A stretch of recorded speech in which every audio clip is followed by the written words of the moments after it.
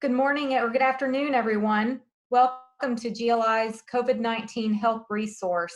I'm Sarah DeVasher Wisdom, President and CEO of Greater Louisville, Inc., the Metro Chamber of Commerce. We're happy to have Congressman Trey Hollingsworth with us today, as well as Stacey Poynter from the U.S. Small Business Administration from the Indianapolis office. And I believe I see her counterpart, Robert Coffey, from the Kentucky office on the line with us as well. So we are grateful to have this partnership with Congressman Hollingsworth's office, Congressman Hollingsworth himself, and with the Small Business Administration. Before we get started, I want to give you an outline of how we're going to move forward today. We do have a short presentation from Congressman Hollingsworth, and then I understand that he needs to jump off and get to another meeting. Then we have Stacey, and hopefully Robert will still be available to address questions as well. We have a chat feature at the bottom of the Zoom bar, and we'd like for you to use that chat feature. Iris Wilbur-Glick, our VP of Government Affairs, will be addressing questions and helping to moderate questions after our presentations today. Congressman Hollingsworth will be talking about the recently passed CARES Act, a federal stimulus to support American businesses and workers. It is amazing how many questions we are getting from business owners. Everyone seems very happy about the support that has been provided in the federal act, but a lot of questions about how to access it. So we're excited to have Congressman Hollingsworth from the 9th Indiana Congressional District with us today. Congressman Hollingsworth, take it away.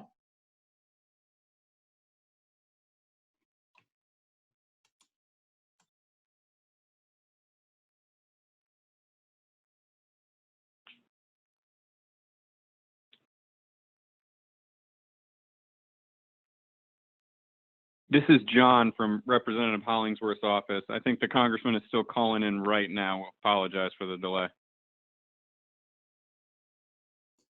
That's okay. Thank you, John. I was suddenly thinking I should have confirmed he was on the line before I began talking. And no worries. I believe he's calling in right now. Great. While we are waiting, I will just go ahead and say that we are recording this session. We'll be posting this on our Crisis Support Hub and the GLI website. You may have noticed last week on Friday, we announced the launch of the Crisis Support website, which is a collaboration of resources from many community partners. It's good for businesses to have a one-stop shop to access all of the resources that so many groups have put together to help businesses during this time. Congressman, have you been able to join us yet? Yes, I'm here. I'm so sorry about that. Wonderful. Thank you for joining us. I just spent a few minutes introducing you. I know you're going to talk with us about the CARES Act, and we have a number of people here on the line who would love to hear what you have to say. So please proceed. Well, great. Well, number one, I really appreciate all the effort that's gone into pulling this together. I know how important it is to make sure that everyone has access to timely information and the full information about the resources that are available to our local businesses. And a second note of appreciation, I know GLI, along with many of the member organizations, have been reaching out to the office saying, hey, here's what's important to us, here's what we're hearing from our customers, here's what we're seeing out in the marketplace. And that was really helpful in ensuring that the legislation that we were able to get passed reflected many of the problems that we're seeing right here at home in Hoosier State, and I know over in Kentucky as well. And so, look, you guys didn't get on the call to hear a lot from me, but we've got Stacey on the line, who is the director for the SBA in the state of Indiana, and he has been a tireless supporter, advocate on your behalf to ensure that what was done in legislation translates to real results in our community. I think Stacey and I were on 3 or 4 different calls just last week going through all of the different aspects for many different organizations across the state and across the Kentuckiana region. And so I really appreciate Stacey jumping on here today. Just a brief update before I turn it over to Stacey about where we are. The reality is we are continuing in the ride up the curve in hopes that we are beginning to see some of that exponential growth move into a more linear growth that would presage declining growth in the near term. We are all still very hopeful that antivirals and other actions from a biological response will overtake the need for a physical response, i.e. the physical restrictions we've all been under as soon as possible. And I know the FDA has been giving a lot of recent guidance saying that more and more medications are going into trials as early as even last week. And so I am really hopeful that we continue to see more and more robust response from the biological standpoint so that we can begin to ease physical restrictions towards the end of this month. There's a lot of hope around that, and I am counted amongst those that are hopeful with regard to that. And so I know that's the most important aspect, is to make sure that everybody remains healthy and safe and that we can get back to some semblance of our normal lives as quickly as possible. But in the interim, and to help everyone and everyone's business get through that, I wanted to turn it over to Stacey so that he can talk a little bit about the available resources through the CARES Act, enabling each of you to get access to those resources that you need to help your businesses and organizations through it. Stacey, are you on the line?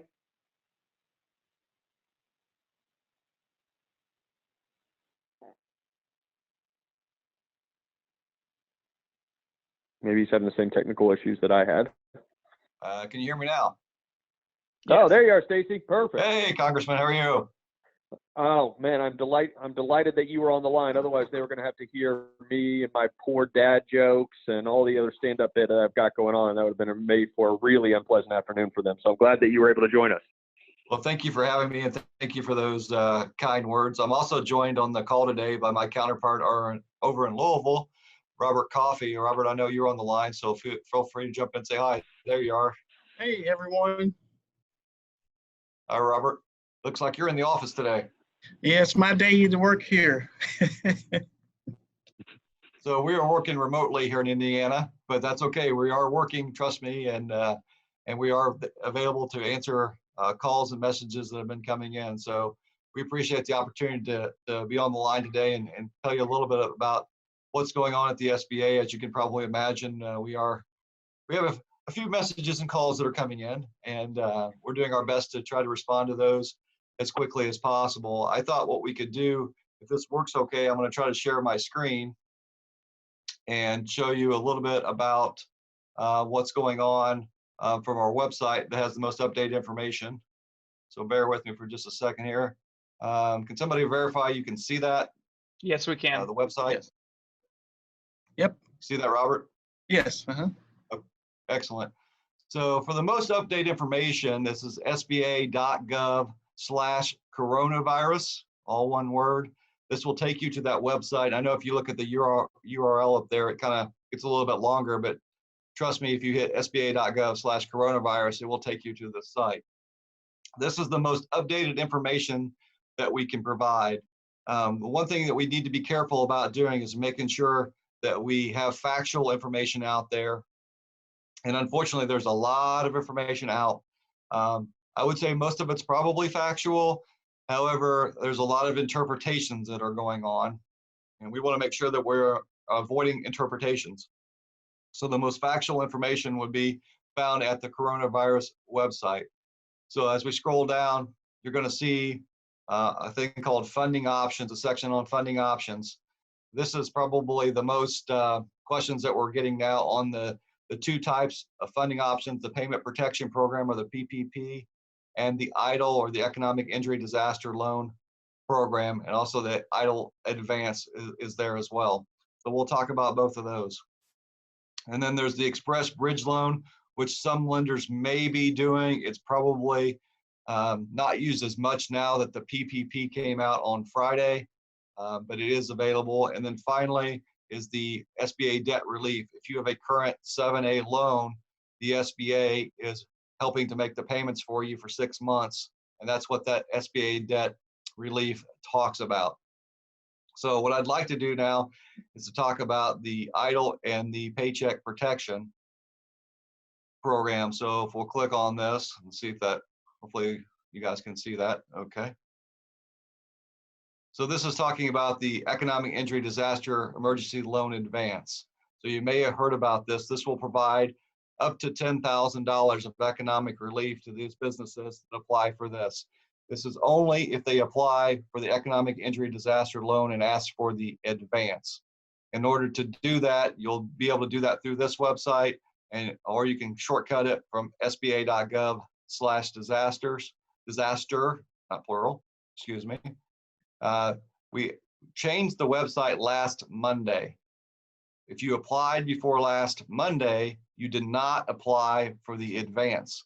You have to go back into the website and reapply in order to get up to 10,000 on the advance. The advance is available whether or not you accept the EIDL application if you were approved or if you were declined. It is available. It does not need to be paid back, but it is up to $10,000. It's not a guarantee of 10,000. It's up to 10,000 based on the employees. You will also be able to apply for the economic injury disaster loan directly as you're applying for the advance from this site. But again, if you applied before last Monday, you will have to go back in and reapply in order to get this advance. This loan goes up to $2 million and can go up to 30 years, depending on your situation of how much money you need. That's the economic injury disaster loan. It is done directly through the SBA. What started on Friday is the Paycheck Protection Program that is done through our lenders, our lending partners. Again, this started on Friday. This loan can go up to $10 million, but it is for paycheck protection. We want to keep folks on the payroll. We want to keep folks employed and versus unemployment. We realize that some of the businesses may currently not be open, but we still want you to continue to pay your employees, which is what this program is set up to do. The banks have the information. It's been live since Friday. We recognize some banks are participating. Some banks are not participating. We also recognize some banks are waiting for more information until they feel comfortable. That's entirely up to the bank, but the program is up and running and has been up and running since Friday. Again, if you look through the website, as I scroll down here, it talks about some of the loan information and how it works. It talks about who can apply. I think one of the key things is this is for businesses with 500 employees or less, unless they are in an industry that qualifies for more. And there's a link there to the size standards to see if you have more than 500 employees, if your business would qualify. It is also for nonprofits in certain segments of the 501 program, and that talks about that as well there. This does have the loan forgiveness piece of it, where at least 75% of the proceeds were used for payroll purposes. The maturity on this loan is actually 2 years versus the EIDL loan, which is 30 years. And the interest rate on this loan is 1%, but it has the forgivable piece, which is not forgivable on EIDL except for the initial 10,000 up to 10,000 advance. Let me pause there. Robert, is there anything that you would like to cover that I haven't said there about the PPP or the EIDL loan? No, I think that covers it quite well. So again, the SBA.gov coronavirus site, which will take you to this piece of information. And then from there, you can find out more about the PPP and the EIDL loan program. Do we have any questions that we want to start taking now? Stacey, it's Iris from GLI. Go ahead and proceed with the rest of your presentation. We'll save Q&A for the end. Well, that's really what I kind of have to share for you right now, Iris. Sure. I don't have a PowerPoint. I just wanted to show the website. The website has the most accurate information. It is constantly being updated. So if you looked at the website yesterday, you might want to look at it again today, because that's where it's getting changed. There are some press releases that are coming out from the administrator when certain big initiatives are announced. That does come out in a press release. But again, that's all going to be put in the form of into the website. So that's why we say go to the website. We don't currently have any PowerPoint presentations or anything like that. A couple weeks ago when EIDL first came out, there was a PowerPoint presentation on how to apply for EIDL. But again, that website was revamped started last Monday. And it's a streamlined application now. So if you saw a presentation 3 weeks ago on how to apply for EIDL, that's been revamped and been streamlined. Great. Thank you, Stacey. And thank you, Robert, for joining us today. Good afternoon, everyone. My name is Iris Wilbur. I head up our government affairs efforts at Greater Louisville, Inc., the Metro Chamber. A friendly reminder, those of you that have specific questions, either for Stacey And Robert, or even with Congressman Hollingsworth's office, we have some of his staff to join us today for the Q&A portion. I would invite you to utilize the chat feature located at the bottom of your Zoom screen, and our staff will get to as many topics as we can with the time allotment that we have for today. Stacey and Robert, a couple of questions that we have received in advance are regarding specifically the PPP loan. Now that it's online, we know the applications have just begun. What are you hearing so far from our bankers and credit unions on how they are responding to sort of this overwhelming amount of loan applications? And do we expect additional federal guidance or clarification to be coming soon to improve this process?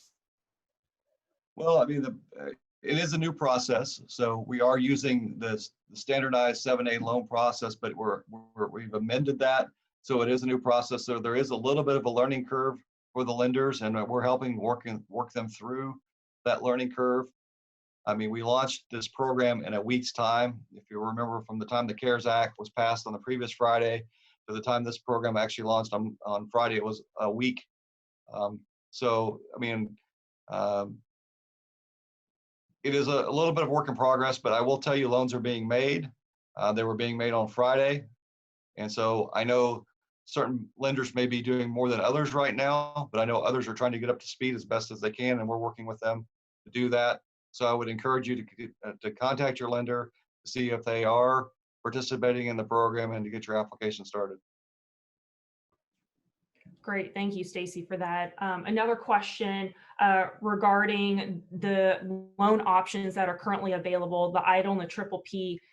In this context, if a business is denied for the PPP loan, what are the options available for reconsideration? For instance, could a business go to a different lender? And are there circumstances for different loan outcomes based on the financial institution? Well, for the PPP, it is based on the lender. It's just like any other normal 7A loan. The lender does have the first look at the application, and they may choose to pursue it or may not. So yes, if you were declined by one lender, could you go to another lender? I mean, that's always available if that's, I haven't heard of that happening. It's not a normal situation. It would be more of the fact of if a lender is going to participate or not.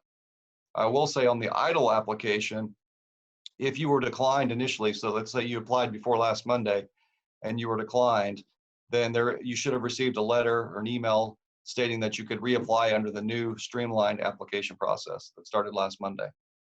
And there were a few folks that were declined under the old system, but the parameters of the new system have changed a little bit as of last Monday, and they should have received a letter stating that to go back in and reapply if they wanted to.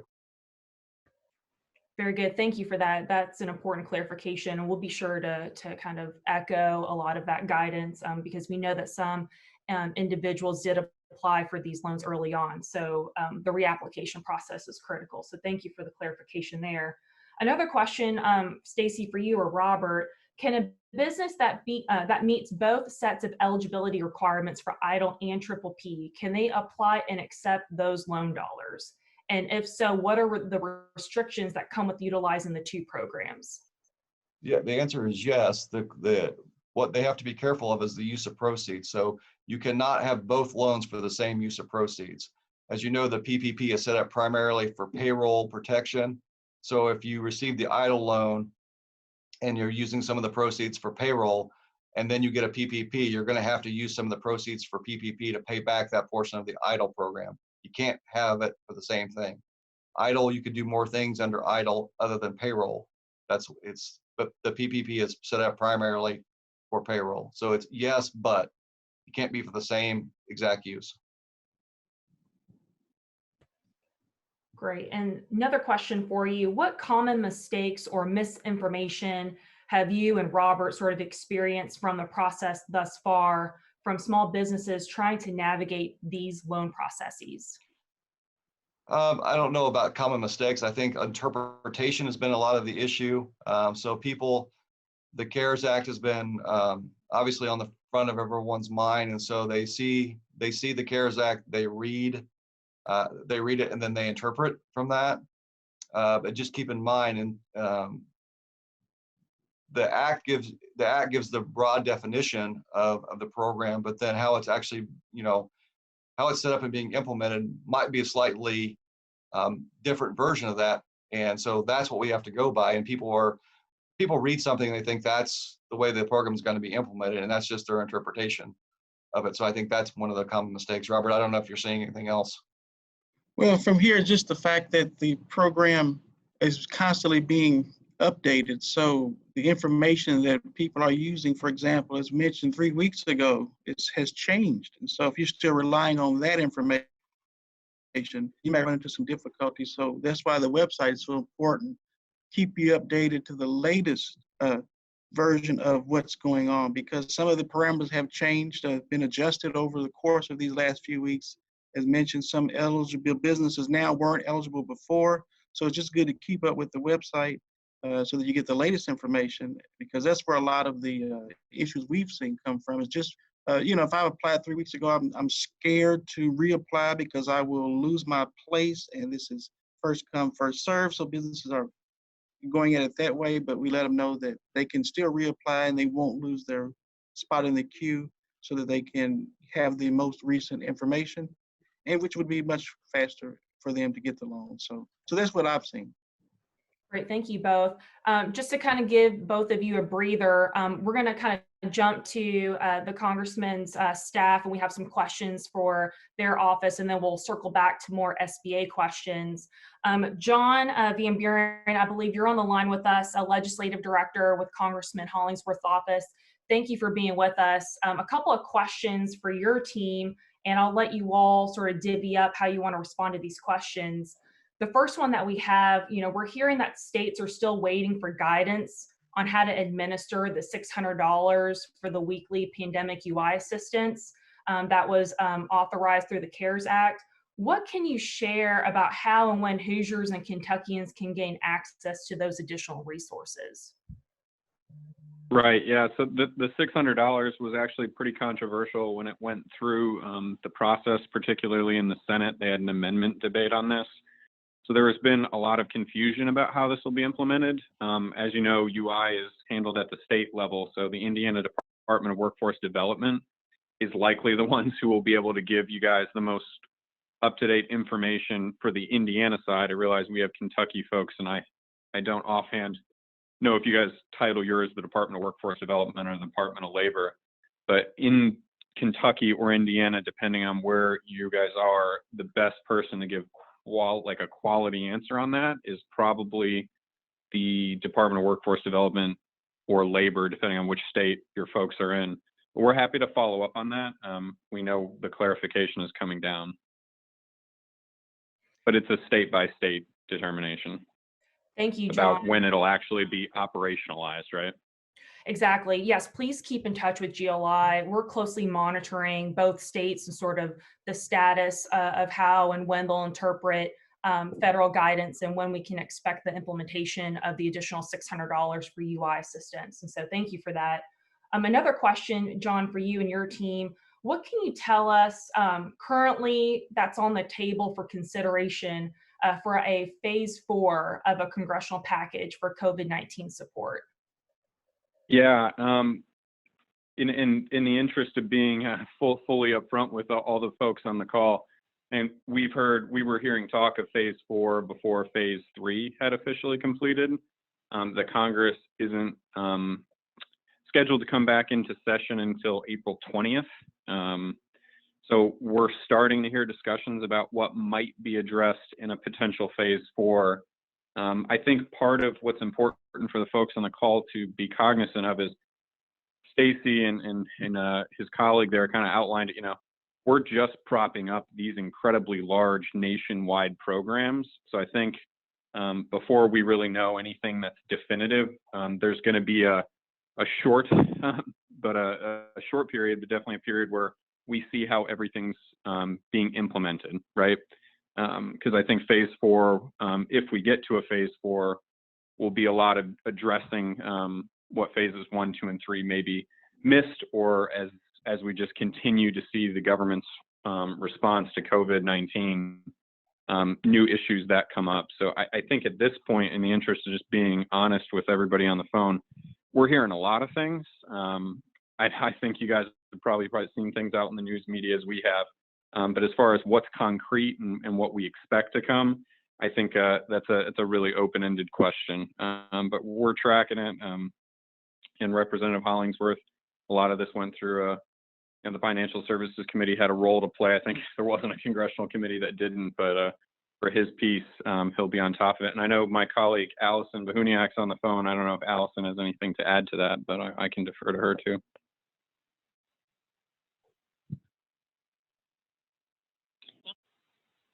Hi, this is Allison Bahuniak. I'm on Team Trey. To echo John, I think the House Financial Services Committee is certainly having conversations, but I think we are all eager, especially with the PPP program, to make sure that we are seeing phase 3 out and we're answering all the questions of the lenders. So this program and the funding that we have allocated is successfully distributed. And I think we've more so shifted a focus to concentrating a lot of our efforts on that front. So I think we'll know more in the coming weeks. I think, as you all are very much aware, the program just opened on Friday. So as we move throughout the week, I think we'll have more of an insight on any next steps there. Great. Thank you, John and Allison, for that explanation. Kind of piggyback on that overview, we got a question from a participant regarding when we can expect some movement from CMS to begin distribution of funds from the CARES Act to hospitals. So John, if you or Allison can respond to that particular question. Yeah, I'll take that. I mean, as far as things that have been distributed in the healthcare sphere, a lot of it, the funds was to purchase the equipment, right? So to those of you that are speaking with hospitals or medical suppliers, I mean, a lot of this, I mean, we've seen planes have to go overseas, particularly to the Asian market, just to find supplies. So what we're hoping, part of it's an acquisition question, right? We have to go buy this stuff and or make it in the case of ventilators before it can be distributed to hospitals. So I think like all this, it's pretty fluid, right? I mean, the CARES Act provided $100 billion to hospitals in direct support, but as a piece of that, you have to actually have the equipment to distribute. And that's the part of the equation. I mean, you've seen folks like GM and others step up to make personal protective equipment, to make ventilators, but it's really a supply question. The resources are now there to provide this assistance to hospitals, but you actually have to go get it. So I think that's kind of the stage we're in. So again, that's an open-ended question, but we hope to see it. I mean, it's something Team Trade has been doing a lot, reaching out to hospitals, seeing how their supplies are going, but they will, if it's from the federal government to hospitals, it usually goes to the Indiana Department of Health, or in the case of Kentucky, through your guys' state Department of Health, and then it's allocated on a need kind of basis to the hot spots. Great, thank you, John. I got one final question for your team, but wanted to share a friendly reminder real quick. Those of you that have questions for Stacey or Robert from the SBA, again, would invite you to utilize the chat box that's located at the bottom of your Zoom screen. We're reviewing those questions and we'll take on some more here shortly. So again, invite you to write out those questions for us to share. John, final question for you all. Obviously, the Congressman serves on the Financial Services Committee. What can you all share with us about some support for our banks in the financial sector that we may need to discuss, or, in response to this pandemic, particularly in the context of a phase 4 package? Anything in particular to support our financial institutions? Yeah, again, I think I'm going to defer to Allison here. She's actually Congressman Hollingsworth's lead on all things financial services world, so she's probably in the best position to answer that. So Allison? Sure, this is Allison here. I mean, I think, and I don't want to just echo what John had said earlier, I think right before phase 3, there was a lot of discussion amongst the chairwoman on what at least the majority would be proposing as far as conversations with House leadership for phase 4. I think those have, as far as today, I think those have subsided, and we're really waiting to see sort of how this week goes. I think from a institution and lender perspective, we are actively connected with all of our banks and credit unions in the district and well throughout the state of Indiana to make sure that they're funneling any issues and concerns directly to us, and then we are elevating them to as high as we possibly can.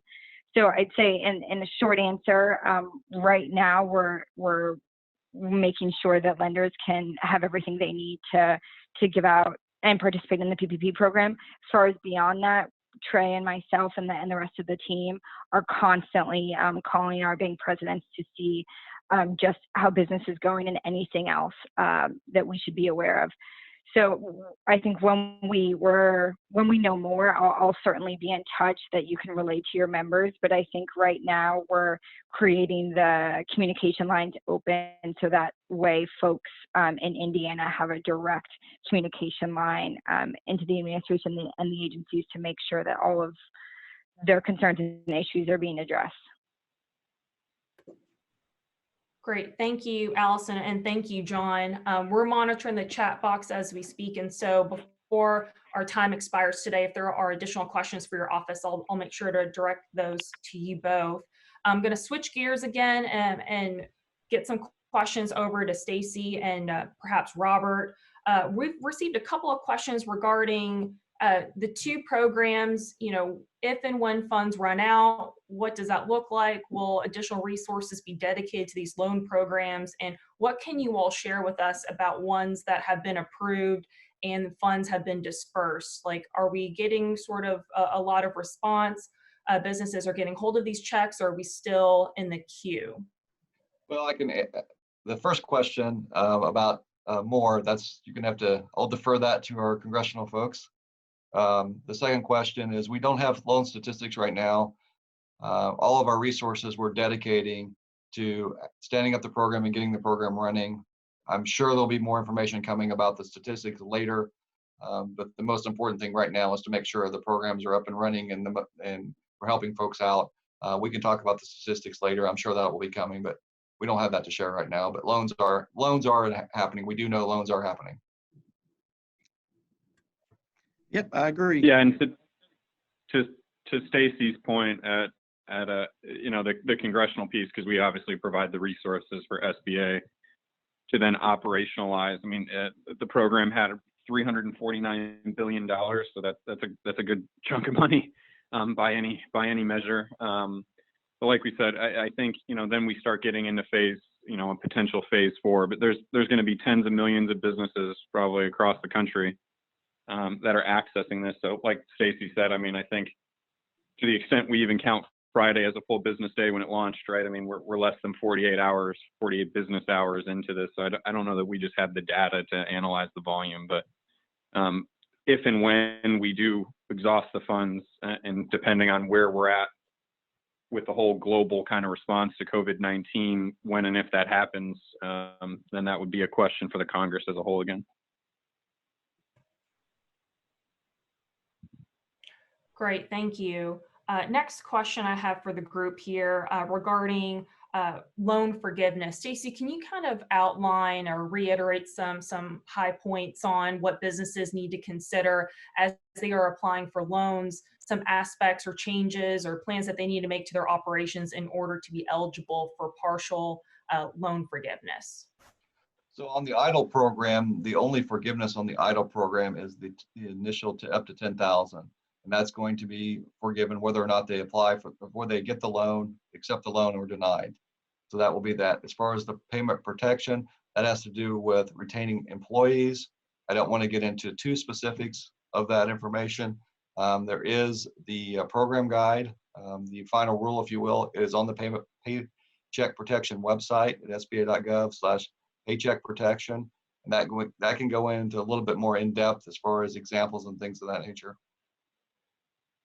I don't want to misinterpret what it says in there. So as a follow-up, Stacey, you know, some of the finer print, I think businesses are trying to assess how they maintain employees on payroll and that timeline. And so we're sort of how would you suggest that our individual businesses consult with professionals? Like, would that be legal? Would that be HR? Would that be accounting? Like, how would you sort of recommend for our businesses to consult with a professional, get some guidance so they can try to make informed decisions about payroll and employees? Well, yeah, I mean, all those suggestions you made, I think are great resources. I have to be careful. I can't give advice to a business. My advice advice, I guess, at this point would be to check the website, look at the information on the website, talk to your lender, and then obviously if you want to talk to your professional circle, that's fine, but we can't give direct advice to any business. Okay, understood. And another sort of technical question in the context of payroll and the triple P, how are 1099 employees in the context of reporting and maybe being eligible for certain benefits? So that is outlined in the interim rule. I do know that this Friday they'll be launching the PPP for sole proprietors, and that will be launched this Friday. But there are some guidelines in the PPP. And for just a second, I'd like to go back to that previous question. I do have a little bit further information. So the SBA supports our resource partners, which are our small business development centers, our SCORE chapters, and our women's business centers. So those are free one-on-one counseling. I think most of them are doing it remotely now during the pandemic, but they provide that free one-on-one counseling. So if I did have you refer you to someone, I would refer you to our small business development centers, our SCORE chapters, and our women's business centers who can help you with that information. Absolutely. Thank you, Stacey. Yes, we work closely GLI with our partners with the Louisville Small Business Development Center. And so those of you that are interested in that type of contact, please circle back with us and we'll make sure to connect you with your local SBDC chapter. And there's one right across the river in Indiana and New Albany with Carrie and her group. Yes. Very good. That's right. And so we'll make sure to share that information after today's chat. Again, friendly reminder, those of you on the call today that are joining us through the Zoom platform, there's a chat feature at the bottom of your screen. Would invite you to type out questions for our staff to compile. So again, please use the chat feature located at the bottom of your Zoom screen there. Some other questions that we're getting, and Stacey, you kind of alluded to it, there's sort of two timelines that we're looking at for the triple P. Some businesses as soon as Friday, and then some are delayed a week for those bank applications or to submit those applications. Can you kind of describe the differences between the two, like who applies coming Friday? So this coming Friday would be the sole proprietors, and the normal regular businesses, the corporations, were on last Friday. And of course the EIDL loan, that's a separate loan program that's been up for 3 weeks. And that you go directly to our SBA.gov/disaster website to apply for that loan program. Great, thank you. Let's see here, we're gonna check our chat box again. I know that we have some questions. I know some of them are specific, and we'll try to give you all as much information as we can. At least point you in the direction to seek out resources so you can consult with your HR or legal professional. But in the context of timelines, going back to that, Stacey, I know we received one question. In order for them to be eligible for maybe a partial loan forgiveness regarding keeping employees on payroll for a certain timeline. And then the question is, after that point, essentially, would they be able to make other staffing adjustments? So trying to meet maybe the minimum requirements for some of the loan forgiveness. Are there additional details that you can share with us in that context? So the only details I can share are what's posted on the website. There is the interim final rule, and it goes into a little bit of detail about that. So if you, again, the Paycheck Protection site, I know I sound like a broken record, but that is the most updated information, and it does have the final rule, which is a 61-page document. It's out there on the website for anyone to see, and that does go into a little bit of the detail on that. I would assume there's probably more information coming down the road as we're building this program, but this is information that's available today. I think the succinct messaging, Stacey, is important. So Yes. I do not believe you are a broken record. It's just really important. Well, we want to talk in facts and not assumptions and not interpretations. We want to talk in facts, and what is on the website is the up-to-date facts. And again, it is constantly changing. I was doing one of these last week, with these Zoom presentations, and literally during the presentation, information was uploaded during the presentation. So when I went to the website, I'm like, oh, that's different. And it was, I mean, so it's coming that instantaneously. And that we're not getting an advance notice of it. It's coming right on the website. So but, trying to make sure being transparent. Absolutely. We understand that.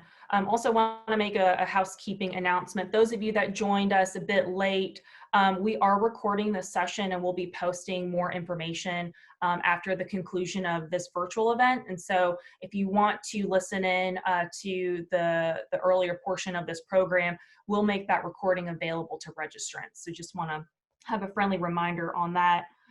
Stacey, regarding the applications for these loan programs, you know, some of them, some of our participants today are asking questions about when they fill out the application, how they account for payroll costs in the context of maybe independent contractors or 1099s.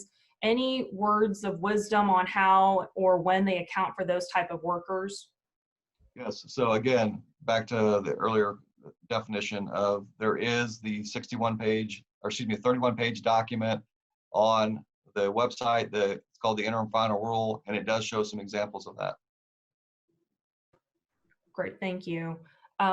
Some questions that we're receiving from these financial institutions and lenders that are accepting PPP, triple P loan applications. Some of the feedback that we're hearing are that banks are not accepting additional applications. I'm not sure the context there, but they are not accepting additional applications. And so, you know, what are some ways that businesses can maybe get around that? What are some recommendations that you may have from the SBA on trying to gain access? Yeah, it is up to, it's not, first of all, it's not just banks. So credit unions are available. We are opening up and making the process more streamlined for other institutions that haven't normally worked with SBA to sign up. And I think we're constantly adding institutions that can do that. So we have a way. And again, if you look at the website, it's out there. There's a section for lenders, and it tells the lenders what they can do to sign up to be SBA lenders. It is up to the lender to choose if they want to participate. It's up to the lender to choose if they want to participate with just their own set of customers, or if they want to accept new customers. There is no enforcement that we're going to make that they participate in the program. Just like the normal SBA lending, it is up to the lender whether they want to participate or not. If that lender doesn't want to participate, you know, you have the option of checking around with some other lenders to see who would participate. We don't have a list per se of doing that, but you can check with your other. I mean, we have you can see who the people who normally participate in SBA lending, but that doesn't mean they're going to participate in the PPP program. It's totally up to them. Great, thank you for that explanation. And Stacey, I know earlier we addressed the question, you know, can a business apply for both EIDL and triple P? But in the context of the up to $10,000 Right.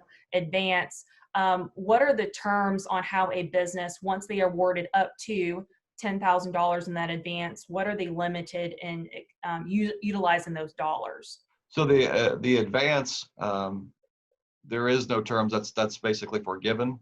The EIDL loan themselves can go up to 30 years. That's up to $2 million, up to a 30-year payback. On the PPP, that's up to 2 years maturity. And to clarify, Stacey, when a business hypothetically gets up to $10,000 in that advance, what are they allowed to use those monies towards? It's my understanding for any business purpose that would be in relation to this business and the business climate that we're in. So they had an issue because of the business climate that we're in. So any business purpose because of that environment. From what I understand, again, go ahead, Robert. It's an advance on the loan that they're applying for. So for those purposes for which they applied, this advance is for those purposes. So they would have to keep consistent with the application that they applied for this. It's an advance of the loan amount, or on the loan amount. Right. And as I mentioned earlier, one of the keys is they can't have two loans for the exact same reason. So if they're using that money for payroll and then they apply for PPP, they're going to have to pay off the portion that was for payroll on the EIDL program. Great. Thank you both for that explanation. Before I invite Sarah to close us out for today's program, Stacey or Robert, are there additional resources, websites, places for our members to go to get additional information and guidance on these programs? Well, I would just reemphasize SBA.gov/coronavirus has all the information about SBA resources. SBA.gov/Paycheck Protection has just the information on the Paycheck Protection. SBA.gov/disaster has the EIDL loan application. But again, if you remember SBA.gov/coronavirus, you can get to all those pieces of information. And then don't forget about our resource partners, our small business development centers, sport chapters, women's business centers who are available to meet with you virtually one-on-one for those resources. And I'll let Robert add anything. The only other thing I would add to is just for businesses to be aware of the scams that are going on. Anytime you see a large pool of funds like this, there's the potential for scams related to, we've heard some about helping get the money faster, to close their loan faster. So beware of any calls like that, or email or correspondence, anything. This, for example, the EIDL loan is a treasury. So you'd be, anything you would get would end in .gov, G-O-V, not .com. So I've even seen the ones that says .gov.com. So you just really have to be careful of these potential scammers to make sure that you're dealing with the right sources. That's a very, very good point. And we are starting to see that. And if it's asking you to pay money, that's a potential, obviously that's a problem. Very good point. Yes, thank you so much to both of you for that very real reminder for our members to be vigilant on scams or potential scams. And we'll also help emphasize some reliable sources of information, particularly, Stacey, the websites that you reference for individuals to gain access to info on the SBA.gov website. Before we wrap things up, John, I just want to invite you back online. Any closing remarks? Or could you also provide ways for our members to get a hold of your team if they have additional questions? Yeah, I think I'll echo what Stacey and Robert said. We've got a website up on Representative Hollingsworth's website, so it's hollingsworth.house.gov, and we've got a coronavirus tab at the top. We're linking to all the SBA resources, but for those of you that had unemployment questions and are on the Indiana side of the river, or really just any other resource, we're trying to be kind of a one-stop shop for those kind of things. So we will send it over to Iris and the GLI team, that link, so they can share it with you guys. But if you have any questions too, please feel free to send them to Iris and the GLI team, and Team Trey will do the best to field them as they come up and find you guys answers. But I think in line with what Stacey and Robert said over at SBA, it's fluid, things are changing day by day. So if you send us a question, we'll do our best to find you the answer, but I would constantly check back on official USG web pages for what the latest lay of the land is, and we'll do our best to answer questions as they come up too. Thank you, John, and thank you for the invitation for our chamber members to reach out to your all's office. We are looking forward to working closely with you and the rest of our federal delegation to see how we can all work together towards some solutions, because we know we have a long way to go. So we really value the opportunity and the partnership. I want to extend the same to you, Stacey and Robert. Your all's offices have been accessible and just answering questions, and we've been able to direct some of our members over to you all. So thank you and your teams for being responsive and a tremendous resource right here in our region. I'd like to invite Sarah back online here to close us out. Thank you. Thank you, Iris. Thank you, Stacey. Thank you, Robert. Thank you, John. And thank you to Congressman Hollingsworth. I know he had to step away.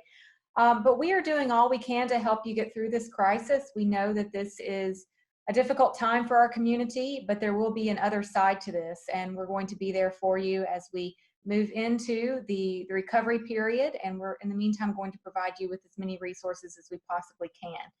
You'll be getting a survey later today. I hope this session was helpful to you, and we look forward to hearing your feedback from that survey. As I said earlier, we did record this, and we'll be posting it on our crisis support site and also the GLI website. Thank you again for joining us today, and please join us for our next webinar tomorrow From 9:30 to 10:30, it will be focused on the manufacturing industry and how to help the manufacturing industry through this. Sometimes we get industries together and put our heads together and come up with new and innovative ways to help. So please join us tomorrow, 9:30 in the morning. Kentuckiana Works will also be partnering with us on that, and you can register on our website. Please continue to